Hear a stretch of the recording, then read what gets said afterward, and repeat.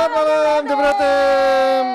Setelah berapa hari terakhir gue selalu ditemanin sama Intan, terus juga Nesa. Kali ini gue temenin sama ibunya. Yeay. Ibunya.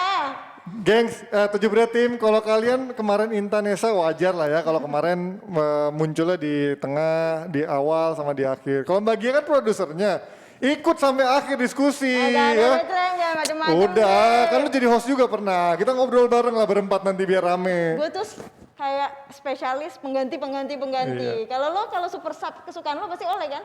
Oleh dong pastinya, karena membawakan MU treble winners di saat itu. Kalau gue tuh kalau diistilahkan super sub bagaikan siapa ya? Siapa? Di Arsenal siapa dulu? Kan lo fans Arsenal. Kiper Chelsea yang itu tadi siapa? Oh, Caballero. Caballero. Oh, di Jadi Arsenal kalau ada Mbak, Almunia. Ya Allah, Kan dulu Almunia. cadangannya Lehman, belakangan habis itu Lehman nggak ada, Almunia tuh jadi sakit. jago. Itunya loh. Apanya? Bijinya? Sama kayak itu dong kemarin si pemain James Rodriguez. Jebratem ini kalau gue udah ngomongin Panji pasti ngaco banget ya. Terus tapi kalau ngomongin super sub pilihan lo juga bisa komen juga di sini Tuh. siapa super sub pilihan lo ya. Karena hari ini kita akan ngebahas tapi bukan soal super sub. Karena soal yang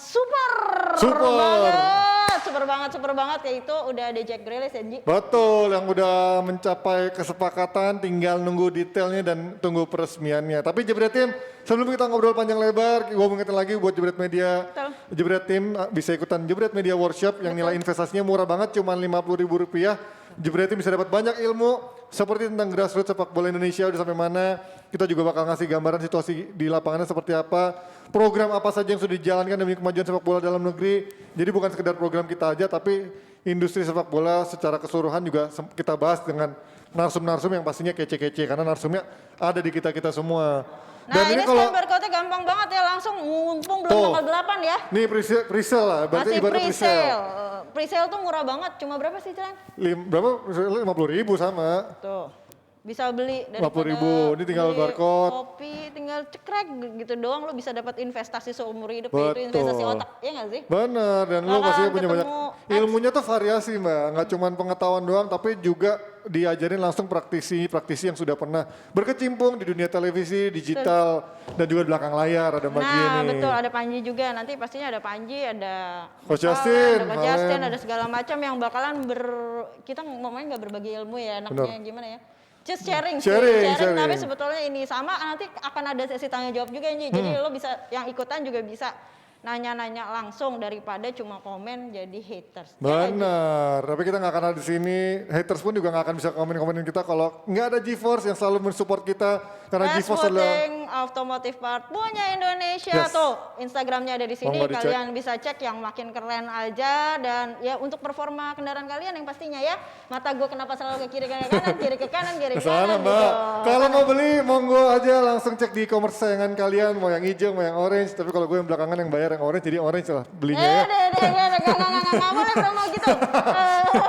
Oke. Ji, hari ini berarti selain Grealish, Nggak. apalagi yang lo mau bahas? Messi lo bahas nggak?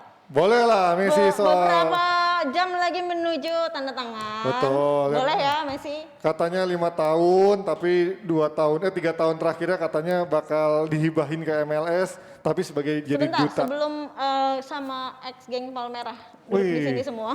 Bukan Palmerah. Apa? Payungnya Iya, payungnya itu. KG karena gue kan di Jalan Panjang bukan di Palmerah. Nah itu gue mau nanya dulu sama lo tentang berita terbarunya VAR. Oke. Yang menurut lo kan sekarang udah nggak bisa nih seujung-ujung nggak boleh Iya. udah nggak bisa lagi ada permainan wasit katanya di situ, atau bukan permainan sih sebetulnya.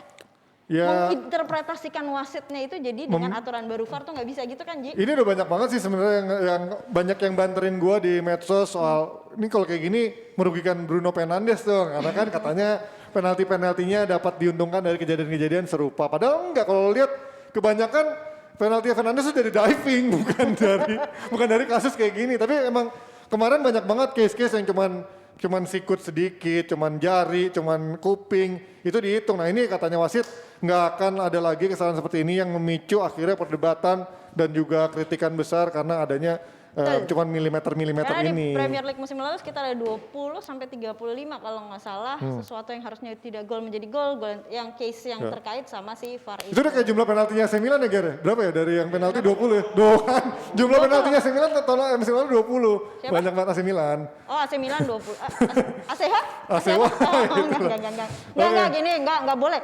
Kalau kita ngomongin AC Milan nanti gue nasibnya kayak Bang Bes. Jadi lebih baik tanpa lama-lama aja deh Ji. Lo langsung komen langsung diskusiin ada yang ini tapi juga nanti Olimpiade lo bahas ya sedikit. Oke, boleh. Yang pasti ya barengan lo juga dong. Kalau lo Magia juga akan ada di sini, tenang aja. Bersama gue dan Magia dan juga dua pandit kita hari ini. Ya. Amerika baru aja ngedapetin perunggu tadi. Oh iya. Akhirnya setelah emas ya turun dari. Tapi nggak ke final. Tapi pastinya akan kita bahas sama. sama. Bilang gitu ya. Kita akan ke pandit dua orang dari KG, yaitu ada Bung Ben dan juga Bang Wes bersama Magia juga ada di sini. Habis yang satu ini.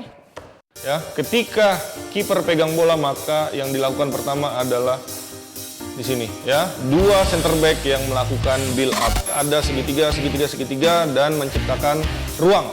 Kalau kata Xavi, sepak bola adalah ruang dan waktu. Di Barcelona pada era Tiki Taka waktu itu, dua Dani Alves, Jordi Alba naik dan di sini center back-nya akan diisi oleh Sergio Busquets ya, karena Sergio Busquets kalau kita bahas soal Lionel Messi maka dia biasanya akan masuk ke sini dan akan memberikan ruang untuk fullback naik. Ada Braithwaite, ada juga si mungkin orang yang sedikit kemungkinan besar akan pindah adalah Antoine Griezmann. Nah, kemungkinan besar adalah mereka sangat rentan akan serangan balik. Ketika lawan menaruh pemain di sini atau di sini, mereka akan cenderung geser dan di sini akan tercipta ruang kalau ada pemain tambahan pemain lawan.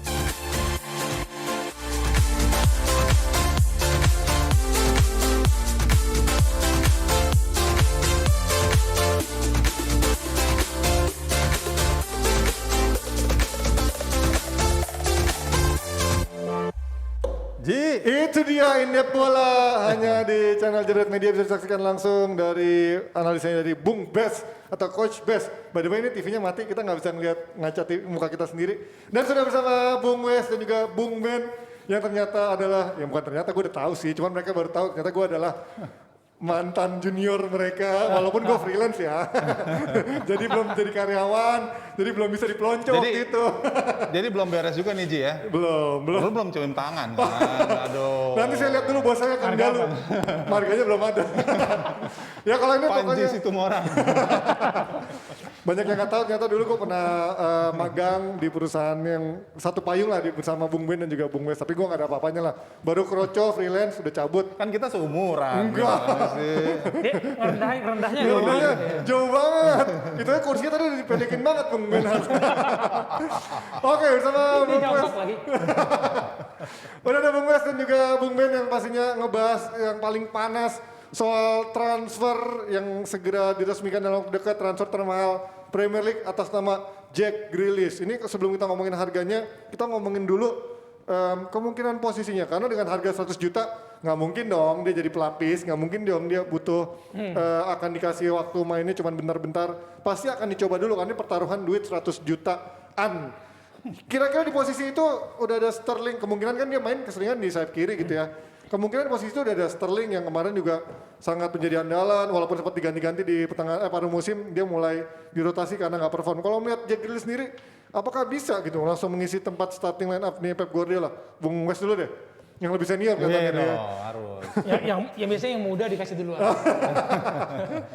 Dari awal ya, kalau nggak salah ini pembicaraan tentang Jack Grealish sudah berbulan-bulan sebelum Piala Eropa sudah disebut-sebut dia menjadi salah satu buahnya transfer. Semua diomongin karena pemain Inggris lagi-lagi berkali-kali kita katakan pemain Inggris itu overrated. Ya. Posisi dia dalam posisi yang dipertanyakan iya karena Raheem Sterling, insting gua Raheem Sterling itu sudah mulai dipinggirkan. Karena musim lalu pun perannya nggak terlalu besar lagi. Kemudian gaya bermainnya menurut gua kalau Pep Guardiola masih bermain dengan gaya yang sama musim ini, kegagalan dia akan ada di depan. Mereka butuh Liga Champion. Dan gaya bermain Raheem Sterling yang dari tahun ke tahun begitu-gitu aja, mungkin butuh perubahan. Insting gue mengatakan Butuh kalau ini penyegaran. jadi ya Raheem Sterling yang dipinggirkan. Karena kalau dari posisi kan Mahrez otomatis kayaknya lebih sering di kanan gitu ya, lebih akan di Sterling yang head to head sama Grealish. Mahrez sudah menemukan posisinya di City. Betul.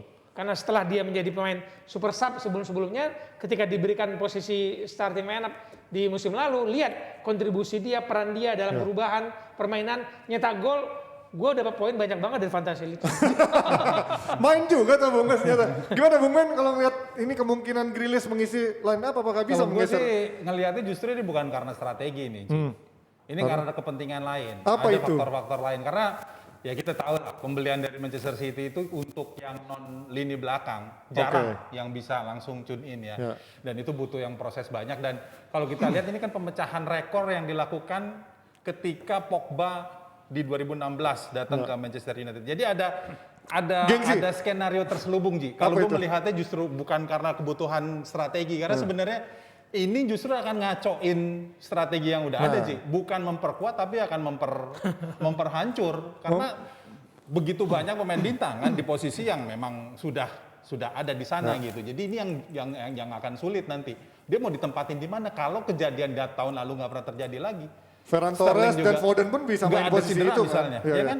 Nggak mungkin Pep Guardiola berani coba-coba di posisi dia. Misalnya ada satu kesempatan semuanya fit, Jack Grealish nih gue cobain. Ini Tapi pemain lokal. Nggak ada lagi waktu coba-coba persaingan dengan City, dengan MU, dengan Liverpool yang udah pulih lagi di belakangnya. Di Nggak mana? bisa coba-coba. Di Tapi mana gue nggak posisi? benar-benar. Tapi gue ngelihat Sterling is over bagi gue. Overrated, iya. Tapi musim lalu emang kebukti dia udah sering kali diganti, nggak perform, akhirnya dirotasi dan memang mungkin benar kata Bung Wes dari sisi penyegaran mungkin dibutuhkan di posisi itu. Cuman Perlu nggak pertanyaannya? nah, tapi Pep maksud Guardiola. gua kalau berkata Ingat dari loh, teman dia 10 tahun nggak pegang trofi Liga Champion. ya, Udah ya. cukup lama. Buncen dan juga City ya. triliun, Ji. 61 triliun itu jadi apa tuh kalau misalnya kita dikasih 61 triliun? 5 tahun ya. Ya 5 tahun. 5 tahun di 5 tahun City, 61 triliun. Mostly lini belakang. 440 juta pound ya. Belanja pemainnya. Belanjanya Mostly gede, lini belakang tanpa yang juara ya. jadi. Iya kan? Ini juga Lini tengahnya lumayan lah. lumayan. Siapapun ditaruh di gelandang tengah jadi gimana sama Pep gitu ya. Bernardo, Akhirnya jadi Gundogan. membuat lini depan nggak terlalu Iya. penting. Ya. Tapi kalau kita ngomongin dari sisi mungkin kalau kita geser sedikit, oke lah dia mungkin nggak ditaruh di wing, mungkin akan ditaruh sedikit lebih free roll agak ke tengah gitu ya. Dan di sana ada sosok KDB yang katanya ini sama-sama punya chances created atau kreativitas salah satu yang paling tinggi di Premier League musim lalu. Kalau ngomongin kreativitas kan pasti mau nggak mau bola akan lebih banyak ke orang itu. Nah mungkin nggak sih ibaratnya akan ada dua matahari di sana, dua pemain kreativitas. Kalau dulu kan berkata dari Inggris ya, Lampard, Gerrard kayaknya akan sangat seram dibuktikan disandingkan. Inggris nothing gitu Nggak kan, cocok. nggak cocok kan. Nah apakah dua orang ini, apalagi kalau kata teman kita Coach Justin, Grealish ini adalah skillful but no vision. Kalau melihat dari kemungkinan adanya KDB dan juga Grealish main bareng, mungkin nggak itu? Mungkin lah. Mungkin. Dari sisi chemistry-nya. Kevin tetap di tengah. Tengah, Grealish main di depan. Grealish di kiri. Tapi ya pasti bakal ada yang menurunkan egonya dong, mau nggak mau. Kalau suruh megang bola, Kevin De Bruyne jauh di atas Kevin Grealish. Iya, Maaf makanya. ya gitu loh. Harga 100 juta kalau gue disuruh beli Jack Grealish atau Kevin De Bruyne, ya gue beli Kevin De Bruyne. Nah, kalau Bung Men ngeliat kemungkinan ini, apalagi kan kalau Grealish ada tipikal dikasih bola, dia akan lari-lari, bukan yang main cepat gitu kan. Ini seperti apa? Akan ada penurunan ego dari salah satu pemain. Satu doang kesempatannya dia bisa main. Sulit kalau bareng, kalau menurut gua ya. Sulit kalau bareng karena Kevin De Bruyne. De Bruyne akan sangat sulit, tapi akan terjadi kalau De Bruyne cedera. Oke. Tapi kalaupun tidak, gue sih nggak yakin. Nih gini loh, ini Pep Guardiola nggak pernah ngelihat pemain yang backgroundnya bukan dari klub besar, belum pernah bermain di Eropa, langsung dia mainin. Nah pertanyaannya kan sekarang proses transfernya itu juga berhubungan dengan persiapan laga-laga uji coba. Dia butuh itu, Ji. Ya. Masalah ini nggak ada nih dia nih.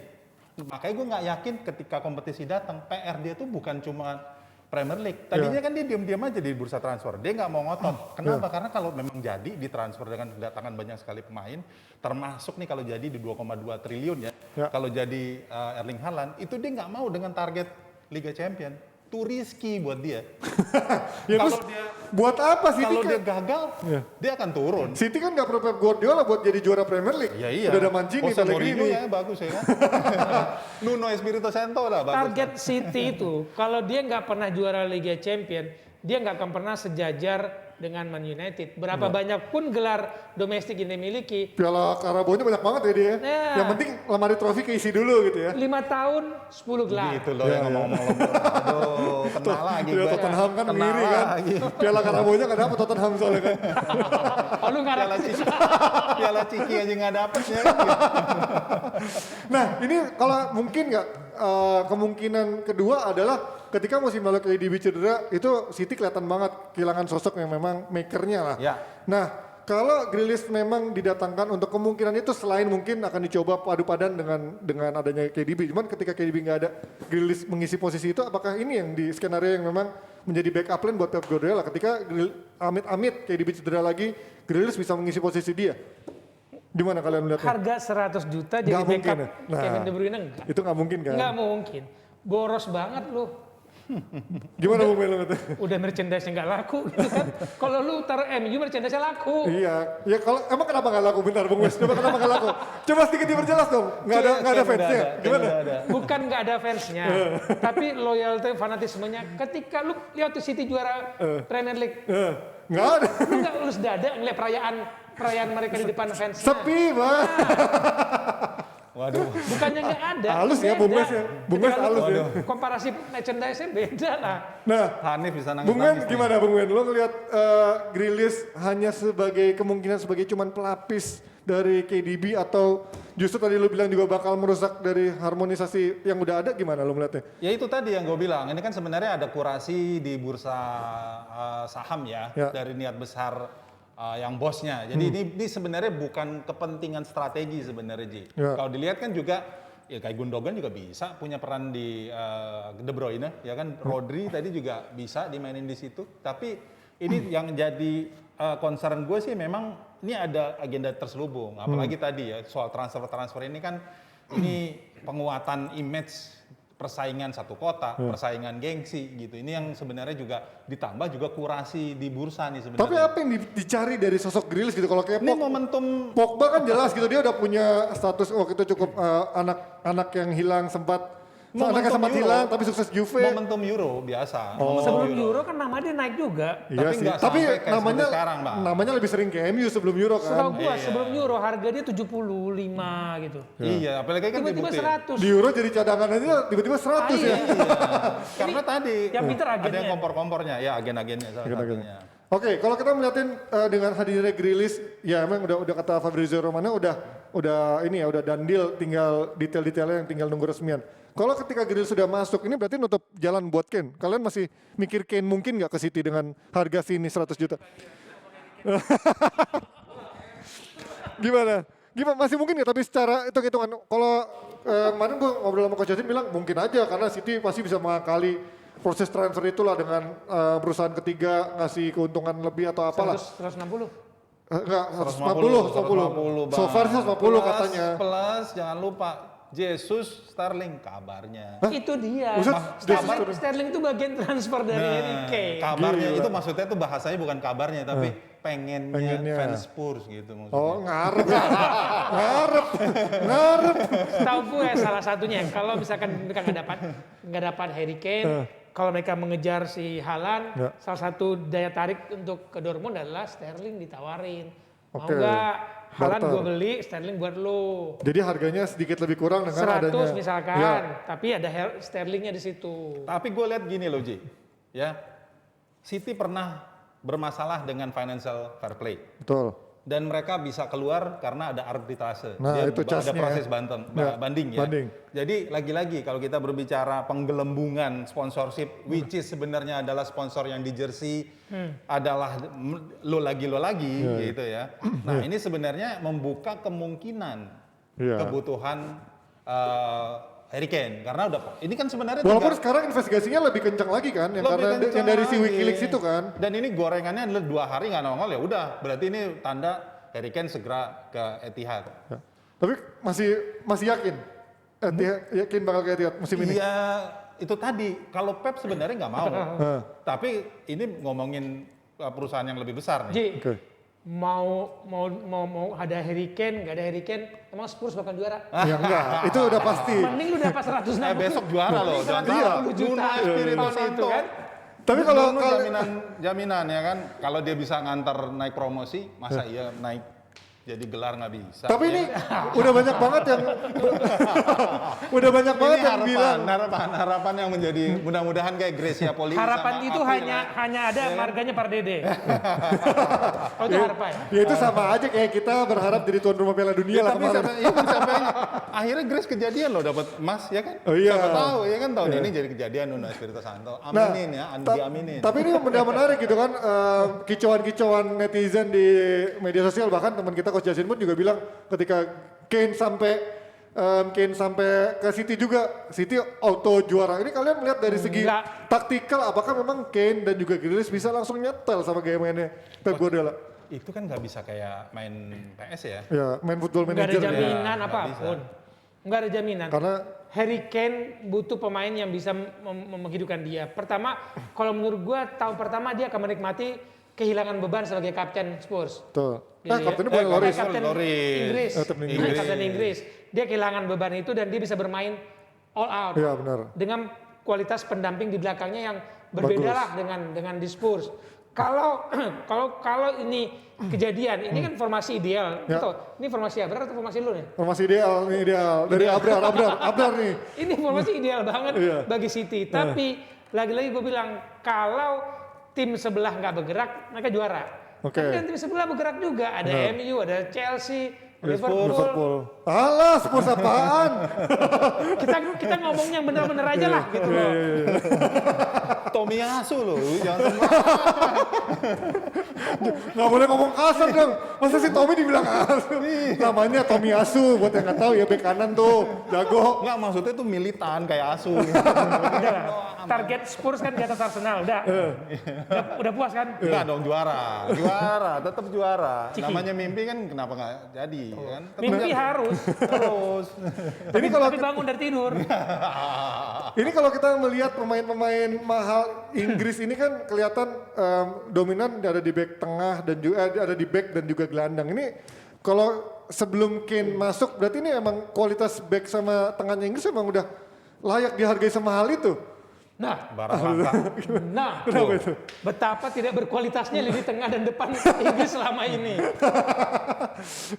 Lu tahu, Ini ya cek tuh. di klub papan besar, papan atas, ya. siapa bintangnya di tengah? Nggak ada ya. Dari City, Inggris. dari MU, Chelsea, ada nggak pemain Inggris? Nggak ada. Di depan, ada nggak pemain? Ya itu. Itu ya. No wonder kalau kita bilang 10 besar ini, siapa yang benar-benar penyerang? Paling kalau kejadian Harry Kane masuk dia, Ya. Raheem Sterling. Roy Carroll, jangan dilupakan Roy Carroll. Gagal langsung 50 juta ya. Maaf ya, Roy Carroll itu yang untung tuh agennya sama Newcastle-nya.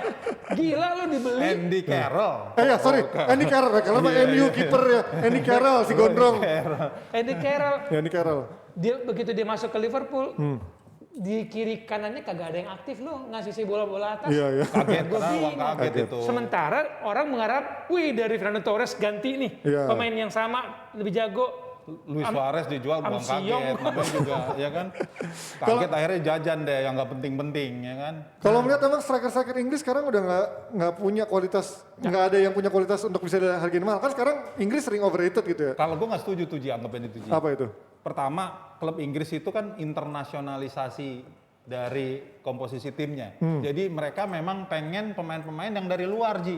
Ya. Coba kalau posisinya itu kan menjadi masalah adalah kenapa pemain bertahan itu akhirnya cukup tinggi? Karena kan kebutuhan saat itu. Ya. Virgil van Dijk misalnya, Harry Maguire itu kan di waktu-waktu mepet Ji, Ya. dia belanjanya. Ya. Dan itu akhirnya naikin harga posisi tawarnya. Tapi kalau lini depan biasanya klub-klub ya big five lah, big six ya. Arsenal kan 7 ya, jadi Iya. big six lah ya. Sorry, 8 jangan sebut 7.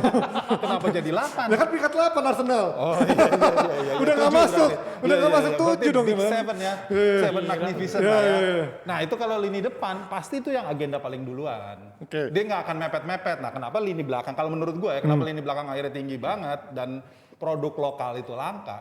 Karena itu tadi harganya jadi mahal kalau produk langka. Tapi ini kan sebenarnya kalau kita lihat transfer ini hanya yang membeli ya klub Inggris juga. Berarti artinya emang harganya mahal, cuman klub Inggris juga Gak bukan. ada lah klub di Italia, Spanyol mau beli pemain Inggris. Ji, Ada owner-ownernya sekarang siapa? Owner-ownernya sekarang siapa? asing. Oke itu klub Inggris, tapi sebenarnya ownernya udah dari mana-mana, Amerika. Iya. Iya, tapi untuk yang Gini loh, Ji. klub luar Inggris gak ada yang Kalau mau beli gue mereka. klub Inggris, gue akan beli pemain muda umur 17-16 tahun. Ya, benar. Gue kasih jam terbang 2-3 musim. Nah. Besoknya dibeli klub Inggris, kenapa? Pemberitaannya luar biasa. Nah, ya Jadon Sancho. Sancho, pintar. Jude Bellingham. Nah, iya benar. Yang benar. Dortmund semua itu. Dortmund. Dortmund pintar banget loh. Akhirnya Cari dibeli pemain lagi. Inggris mana nih dari pinggir-pinggir lapangan, Iya, di pinggir gang-gang. Sini lo. Karena akademi elite bagus-bagus Inggris Iya, kan. jadi habis itu nanggok dijual mahal. Tapi berarti kalau kita melihat sekarang pemain-pemain yang mahal ini, kalian melihat kualitasnya apakah memang layak? Maksudnya terlepas dari overprice-nya. Tapi mereka cocok nggak sih memang masuk kualitas dunia? Sebutlah Maguire gitu, maksudnya Harry Kane. Cocok kan sebenarnya dengan harga segitu, kualitasnya juga Ya untuk itu gue sih masih mempertanyakan, debatable ya. Karena level perbandingannya jangan hanya lihat klub MU ke City atau ini, bandingkan dengan Barcelona, ya. Madrid, Juventus, Milan misalnya gitu, Ya. ada komparasi yang enak. Harry Kane kalau dibanding back Inggris lainnya siapa? Nggak ada yang semahal dia ya, tapi pasti. Kalau Bung Men gue ngeliat, ini berarti talenta-talenta Inggris nggak ada dong yang dihargain mahal sama klub di luar Inggris sebenarnya kan? Ya sebenarnya ini karena jurus kepepet Ji, karena kepepet makanya angkanya jadi gede. Nah kalau Harry Kane kan angka segitu ya karena memang dari awal Spurs sudah minta segitu. Oke. Makanya ada paket-paket tadi tuh, ada paket hemat plus Raheem Sterling, paket hemat Gabriel Jesus.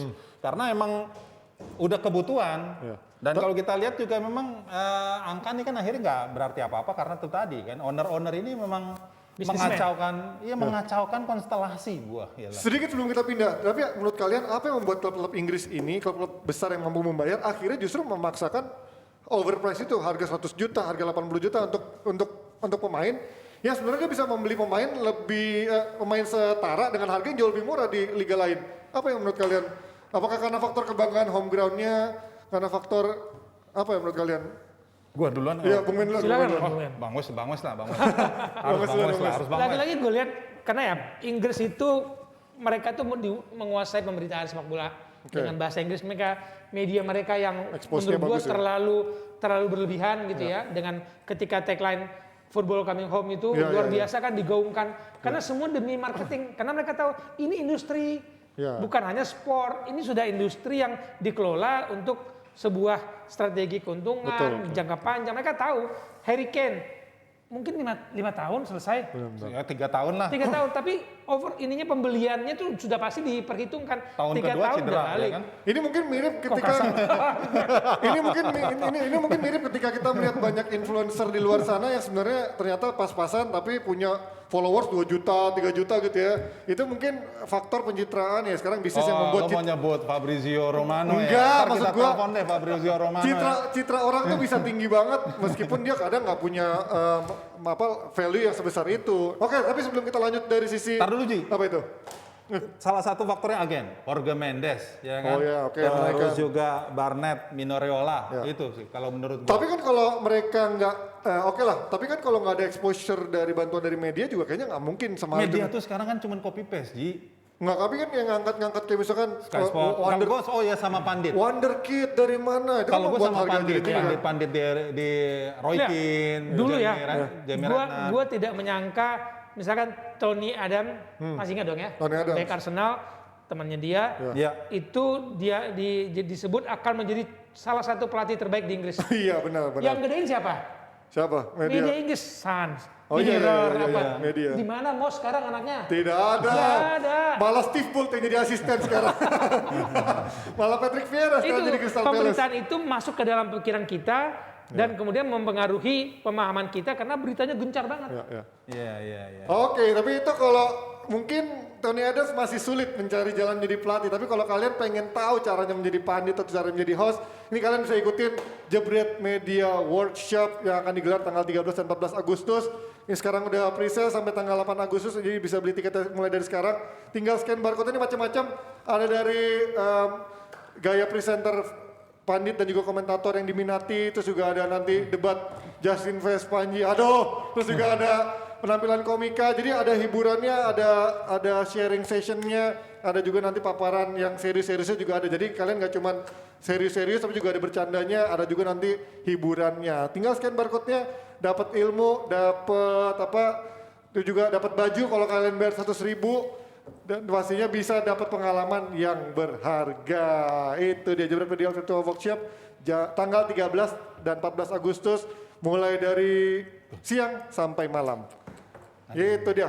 Kita lanjut lagi dari Inggris masih terkait VAR yang katanya akan ada modifikasi karena banyaknya kritikan yang keras terkait keputusan VAR yang kok dinilai cuman ujung kuku, ada bulu rambut, hidung, nggak ada ya, itu nggak ada. Setebal itu ya, setebal lebay, itu ya. itu agak lebay. Nggak, maksudnya cuman beda, beda sikut dikit, beda ujung jari, itu dihitung sebagai offset. Kalau kalian melihat itu apakah berlebihan so far ya, apakah memang, ya itu emang ketika rules-nya begitu ya harus mengikuti begitu, atau kalian setuju ini harus diubah? Jangan gue masih banyak bulu hidung. Lo kan, Gini Ji, kalau menurut gue Ji, Euro lah salah satu paling dekat ya. Itu ada 20 gol yang diproduksi hasil kerja luar biasa dari VAR. Ya. Itu memang terlihat banget. Nah, ini Mike Riley ini kan dia salah satu yang memang mengurusi VAR ini ya. Nah, dia bilang memang salah satunya itu bisa mengganggu mental dan ritme permainan. Kenapa? Karena kadang-kadang kalau yang tipis-tipis kayak Panji bilang yang tadi ya, selembar-selembar tadi. Bulu hidung Nah, itu kadang-kadang butuh 3-4 menit tuh. Nah, itu moodnya udah bakal hilang. Makanya adalah akhirnya ada perubahan-perubahan itu. Apalagi kan Roberto Rossetti bilang juga itu waktu dia memimpin pertandingan di Euro ya. Sebagaimanapun VAR, wasit di tengah lapangan akan meminimalisir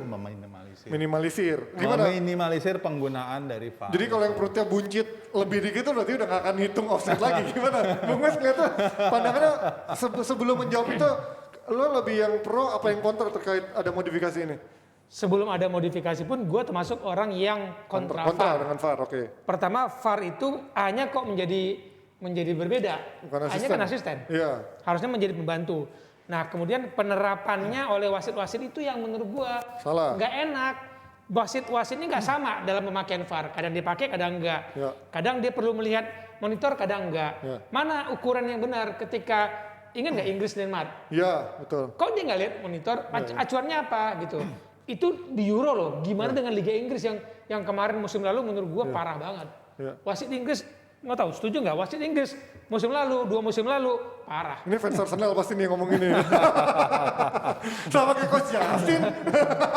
Sama Queen's Park Rangers.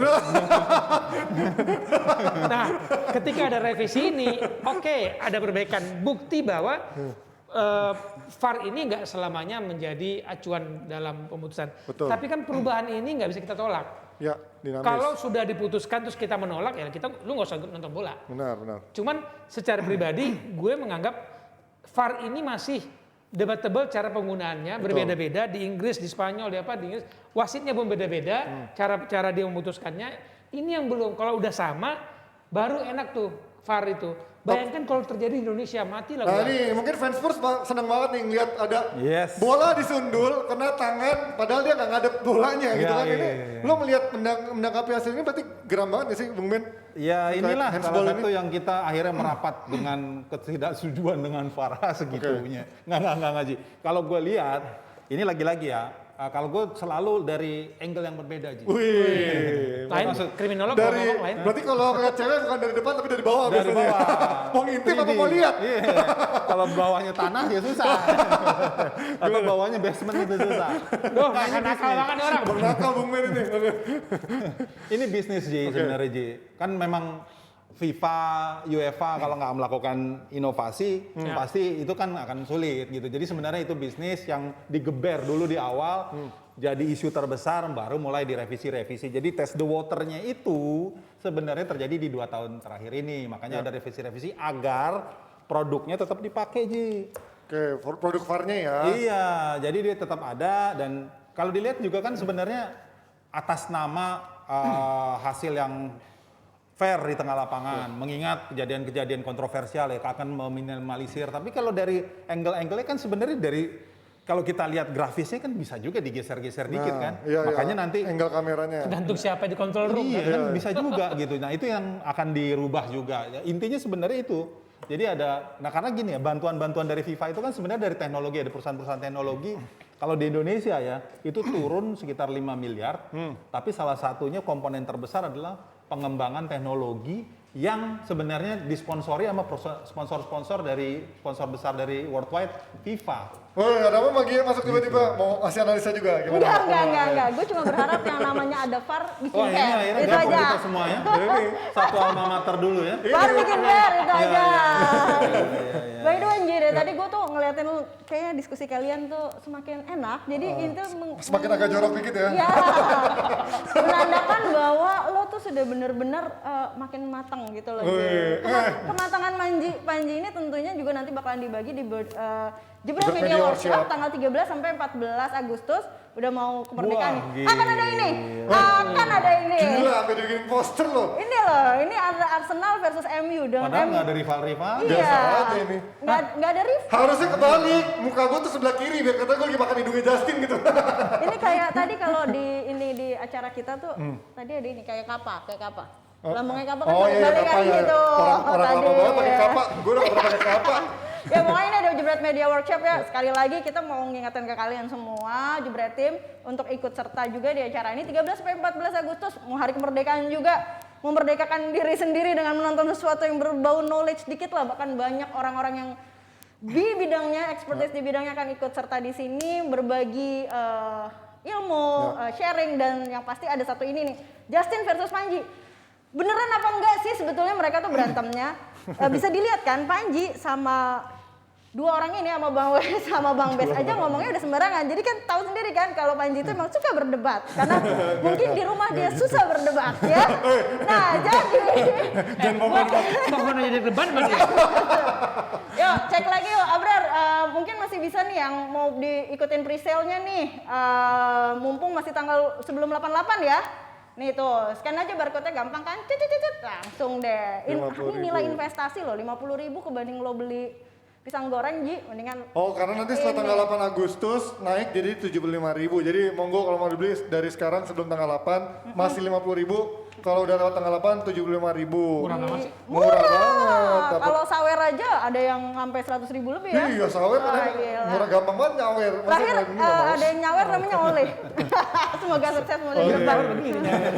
Nah selain itu ini sebetulnya kita masih ada dua bahasan yang penting ya hari ini, yaitu soal Olimpiade yang kita mau bahas sedikit soal Pedri yang udah berani ngomong, sama satu lagi soal La Liga itu ternyata dapat suntikan dana, tapi sayangnya sepertinya kita nggak bisa bahas itu karena waktu juga, karena kalian udah ketawa-ketawa tadi panjang banget. Jadi gue mau bahas Tahu gimana nggak bulu hidung? timnas Spanyol, tapi kita lihat dulu nih, yang satu ini soal Rais yang mampir sebentar nih di sini. Juga kalau di sosmed ya yang rame-rame mah apa ya, bukan cuma Olimpiade tuh, salah satunya juga komentatornya selalu rame. Selalu rame. Gue tuh memang memilih untuk nggak nonton Olimpiade, mau di TV yang ini, mau di TV yang ini. Kenapa? Karena takut ditanyain sama orang-orang, gimana Pon, menurut tuh Bang Valen ganggu apa enggak? Ya nama gue kan dari Rais Marasa Besi, gue nih keturunan timur gitu. Keturunan timur karena Marasa Besi orang Ambon lah gue. Makanya orang timur tuh di sepak bola identik dengan striker kalau nggak sayap. Karena apa? Larinya kenceng. Lu pernah nonton Persipura main nggak? Kalau lu sih suka ada lagu yang ini, yang baiknya kamu diam di rumah saja, iya. duduk yang manis nonton di layar kaca. Woi. Siapa yang suruh melawan Persija? Ya kan emang udah ketemunya Persija ya. Itu dia Rais Marabesi ada di stand up Marasa Besi ada di stand up bola raga, meramaikan kita, itu bentuk hiburan kita, dan juga mungkin nanti akan ada Popon yang akan hadir di Jebret Media Workshop tanggal 13 dan juga 14 Agustus. Oke, kalau kita ngomongin dari Barcelona, tapi Barcelona kalau kita ngomongin soal kalahnya pasti fansnya pada pramusim doang kali, pasti ngomong gitu. Jadi kita gak akan ngomong Itu Barcelona. yang ngomong Justin.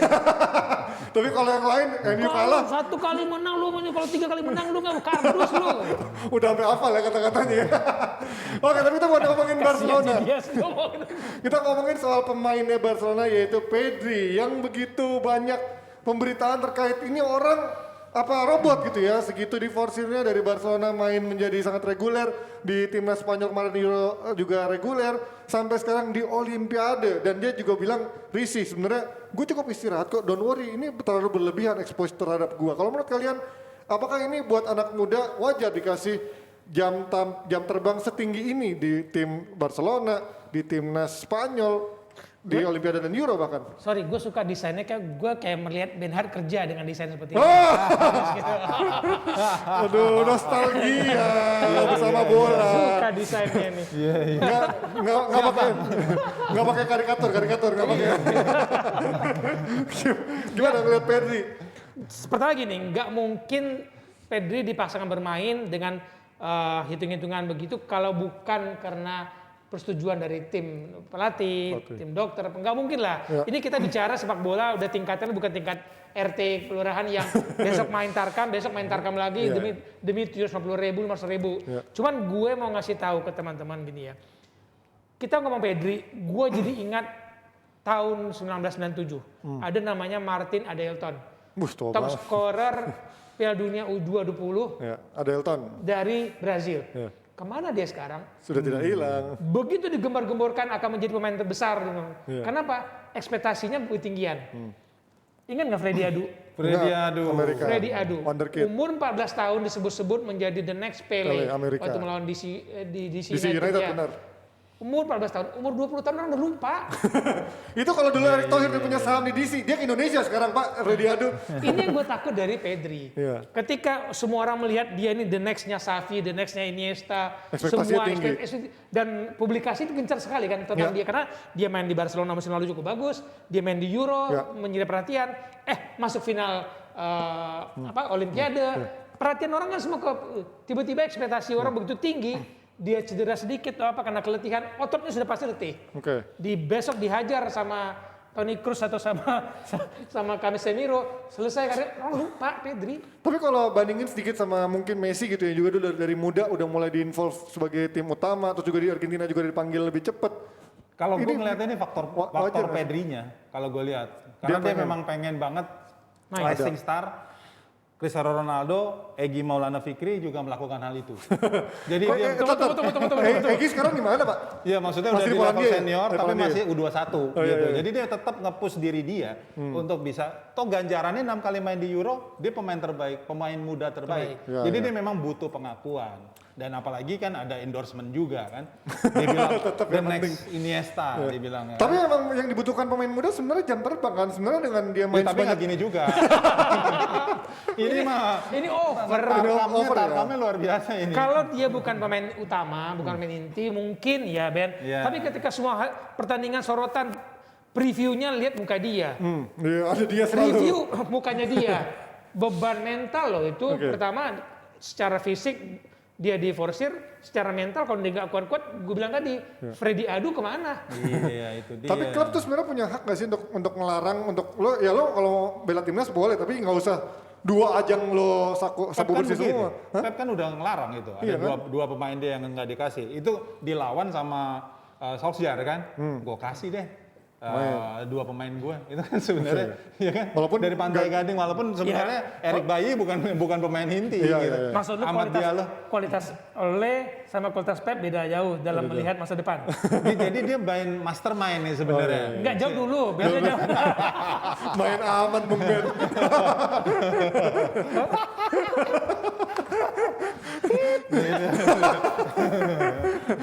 Tadi belum dilanjutin. Tapi kalau ngomongin dari si Pedri musim depan dengan adanya Depay, Coutinho, nanti juga balik lagi, ada Aguero, ada Messi di sana. Apakah dengan komposisi ini dia akan pasti mendapat tim utama? Di atas 30, Ji. Iya, ya kan? Pasti nggak akan bisa main 38 pertandingan. Kecuali Depay ya. Kecuali Depay. Tadi dia ngomong Messi awal-awal. Waktu Messi 2003 masuk tim utama, kan nggak langsung inti juga. Pelan-pelan ya. Ada Ronaldinho yang menjadi mentor. Rising star mengambil semua perhatian. Jadi semua sorotan nggak ke Messi. Loh kalau ini ke Pedri semua, kasihan loh. Udah ke Pedri ini terlalu besar exposure-nya, dikhawatirkan nanti ekspektasi juga terlalu besar ketika ntar Messi apalagi belum tentu ada di Barcelona gitu kan. Nanti bakal gak lihat, ada ya. Kan udah sign. Kan katanya 2 tahun di Barcelona, 3 tahun kemungkinan dihibahin ke MLS. Terus jadi duta Barcelona, jadi duta Dia Barcelona. nunggu izin Liga 1 mulai. Ada lagi yang masuk. Ini kayak kalau ngomongin over exposure banyak banget yang dibahasin over ya hari ini, termasuk over durasi lah hari ini luar biasa lah Aduh, ya. gak kerasa. Iya, kerasa doang. Semua mengalir dengan enaknya. Thank you ya hari ini bahasanya juga cukup berat tapi bisa kalian meltingin mungkin gara-gara bulu hidung dan bulu kaki tadi ya. Ya inilah obrolan bapak-bapak. Bercanda bapak-bapak cukup lumayan. Tapi gini, itulah namanya the power of show ya. Yang kalian juga bisa pelajarin banget di acara workshop yang satu ini. Jabret Media Workshop tanggal 13 dan 14 Agustus mendatang, ini dia ada beberapa topik yang kalian bisa lihat di sana. Ada berapa key point, Ji? Ada key point, ada 5. Ada edukasi, ada apa lagi? Hiburan, ada diskusi. Luar biasa. Ada 2 lagi, itulah gue lupa. Luar biasa, itu diskusinya nanti menghadirkan Panji versus everybody atau Justin versus everybody ya. Intinya mau ngomongin Arsenal sama MU itu nggak akan ada pernah habisnya buat Panji sama Justin, tapi sebetulnya mungkin jadi pertanyaan kalian, ini emang cuma drama semata atau enggak? Percaya, itu bukan. Itu bukan drama semata. Sampai kalau perlu, sampai kalau keluar mandi mereka pasti akan ngomongin yang sama. Dan kayaknya mereka berdua juga. Emang itu 2 klub rival.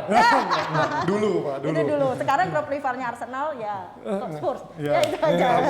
Sama Aston Villa, sama West Ham, sama Leicester.